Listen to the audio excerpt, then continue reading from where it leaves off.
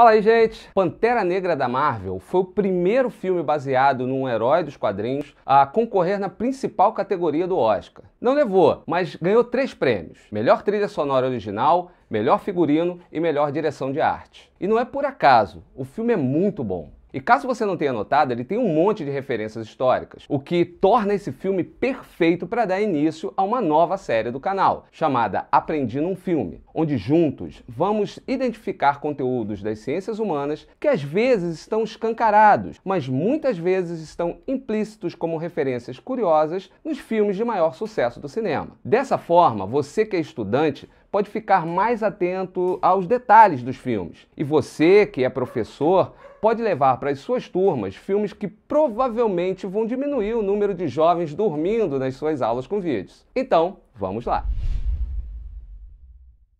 Antes de começar, como amante do cinema que sou, me sinto na obrigação de avisar que se você ainda não viu Pantera Negra, vá assistir. Depois volta para ver esse vídeo, porque ele vai estar lotado de spoilers. Agora, vamos falar do filme. Antes de estrear, Pantera Negra já mexia com as pessoas nos Estados Unidos e em outros países, pela questão da representatividade. Afinal, estamos falando de um filme com mais de 90% de atores negros no elenco. Isso sem ser um filme sobre a vida no gueto, sobre escravidão ou algo parecido. O personagem principal é um membro da realeza de um país fictício na África, altamente desenvolvido. Já nas primeiras cenas, surge a voz de uma criança pedindo a seu pai para falar sobre Wakanda, a fictícia nação africana que seria a de maior avanço tecnológico no mundo graças ao vibrânio, um metal raro vindo do espaço, com propriedades que o tornam excelente para quase tudo,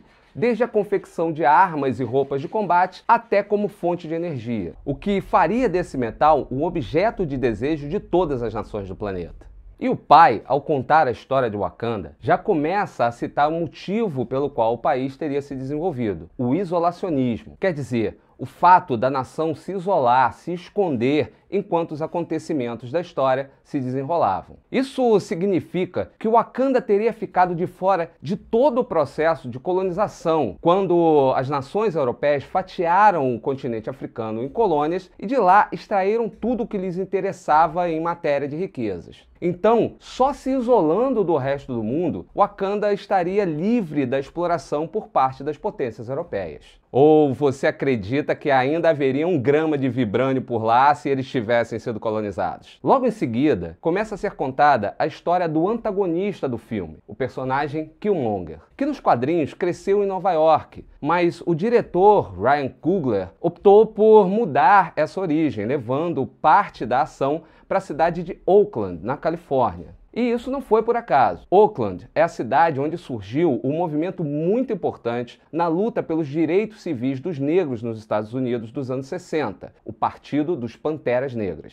Esse foi um movimento importantíssimo nessa luta por unir o povo e se espalhar em comitês por vários estados do país, pregando a autoproteção dos negros contra a violência dos racistas, inclusive usando a própria emenda constitucional que permite o uso de armas a seu favor. Esse movimento também ajudou a elevar a autoestima e a união das comunidades nos guetos negros por todo o país. Para quem quiser conhecer um pouco mais dessa história, tem um documentário na Netflix chamado Panteras Negras, a Vanguarda da Revolução. All power to the people. Em seguida vem a primeira aparição do ainda príncipe T'Challa, Pantera Negra, em sua nave, sobrevoando a Nigéria para uma missão de resgate de uma outra personagem, a espiã Nakia. Nesse ponto, o filme faz referência a um fato recente da história nigeriana, o sequestro de 270 meninas pelo grupo extremista Boko Haram em 2014. No filme, em meio à missão, T'Challa liberta um grupo de jovens mulheres sequestradas por guerrilheiros, e no meio delas está Nakia como uma agente disfarçada. Vale destacar que outra situação infelizmente comum nas regiões mais conflituosas da África subsaariana também aparece nessa cena. Quando o Pantera vai atacar um soldado, ele é alertado por Nakia de que se trata apenas de um menino sequestrado para servir como soldado. Você aí achando que a sua vida era complicada, né? Aos 16 minutos, mais ou menos, há a aparição do personagem Killmonger, agora adulto, no interior de um museu em Londres. Na conversa entre ele e uma funcionária do museu, a gente se depara com um diálogo que fala muito sobre o período da exploração das colônias pelas potências europeias. Quando ela fala sobre a origem de uma peça, que seria do Benin, ele a corrige e diz que soldados britânicos a levaram do Benin, mas ela é de Wakanda, e diz que vai levar a peça. Quando a funcionária avisa que as peças não estão à venda, ele pergunta: como acha que seus ancestrais conseguiram isso? Acha que pagaram um preço justo? Ou que eles tiraram igual tiram tudo que querem? Essas duas falas demonstram a consciência do personagem em relação à expropriação das riquezas naturais e culturais africanas por parte dos colonizadores europeus. A história segue e, a partir dos 34 minutos, T'Challa conversa com dois personagens sobre o mesmo tema, o isolacionismo de Wakanda e o segredo em relação ao seu desenvolvimento. Primeiro com Nakia, que questiona por que Wakanda não usa sua riqueza e tecnologia para ajudar o resto do mundo. T'Challa diz que abrir o país seria uma ameaça ao seu estilo de vida. Em seguida, falando com W'Kabi, general da tribo da fronteira, esse concorda com T'Challa em sua visão isolacionista e, de quebra, se oferece para sair por aí com seus soldados e consertar o resto do mundo. Algo bem semelhante a um certo país que se baseia em um destino manifesto para levar a liberdade, a paz e a democracia para o resto do mundo. O que mostra bastante senso crítico por parte do diretor. Lá pelos 53 minutos, há uma sequência de ação que ocorre na Coreia do Sul e que termina com a prisão do vilão Ulysses Klaue, o Garra Sônica. E esse diz o seguinte: seus selvagens, vocês não merecem. Que faz lembrar a visão que impulsionou o neocolonialismo no século XIX, a missão civilizadora, e a teoria que o justificou, o evolucionismo social ou darwinismo social, que classificava as sociedades em três fases: a bárbara, a primitiva e a civilizada. E é lógico que os europeus acreditavam que estavam na fase mais avançada e que deveriam levar essa civilização para os povos bárbaros. Pelo menos essa foi a justificativa, né? Mais adiante, a Shuri, irmã do T'Challa, volta a esse tema, quando se refere a um dos poucos personagens brancos do filme como colonizador. Depois vem toda uma sequência carregada de situações e conceitos da geopolítica global, inclusive da América Latina. Por volta de 1 hora e 5 minutos, tem uma conversa entre T'Challa e Zuri, o xamã da nação. Esse usa a expressão cães de guerra para falar sobre o pai de Killmonger. Cães de guerra é uma expressão usada para nomear um recurso humano cada vez mais usado nas ações de interesse das grandes potências, os soldados de aluguel ou mercenários. E mais adiante, o agente Ross da CIA segue dizendo que o personagem Killmonger saiu pelo mundo com o seu grupo para assassinar líderes e destituir governos. E ainda fala sobre a estratégia de aproveitar períodos de transição e instabilidade política para isso. A unidade dele trabalhava com a CIA para desestabilizar outras nações. Sempre atacavam em transições de poder, como em ano eleitoral ou na morte de um monarca.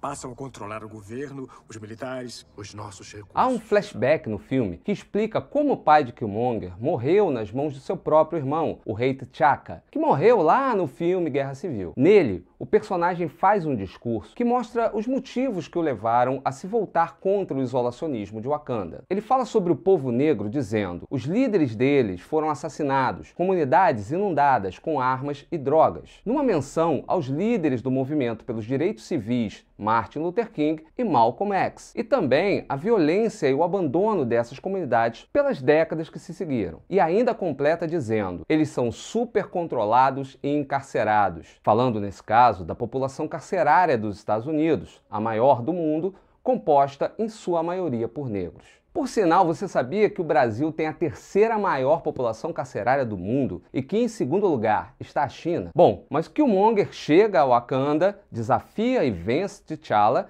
e se torna o novo rei. E ao se pronunciar, volta a nos lembrar do colonialismo. Ao revelar seus planos de dominação global usando a tecnologia de Wakanda, ele fala o seguinte: o sol nunca vai se pôr no nosso império. Expressão que era usada para mencionar a extensão do Império Britânico no século XIX, visto que suas posses se estendiam por vários fusos horários ao redor do planeta. E por isso era chamado de o império onde o sol nunca se põe. Em uma outra cena, há um diálogo entre Nakia e a general Okoye, líder das Dora Milaje, que é a tropa de elite de Wakanda formada só por mulheres, na qual a espiã convida a general para participar de um golpe e derrubar o ditador Killmonger. Então, a general Okoye diz: eu sou leal àquele trono, não importa quem se sente nele. Isso prova que a general entende exatamente a diferença entre Estado e governo, que por acaso foi tema do nosso último vídeo na série Resumo de Aula. Eu vou deixar o link aqui embaixo para você assistir. Bom, a fala mostra que, como militar, ela sabe que serve ao país e não a este ou aquele governo, que seus atos não são dirigidos por sua ideologia, e sim por sua lealdade e pelo dever de proteger o país. Mais adiante, no clímax final do filme, as Dora Milaje e a Tribo da Fronteira,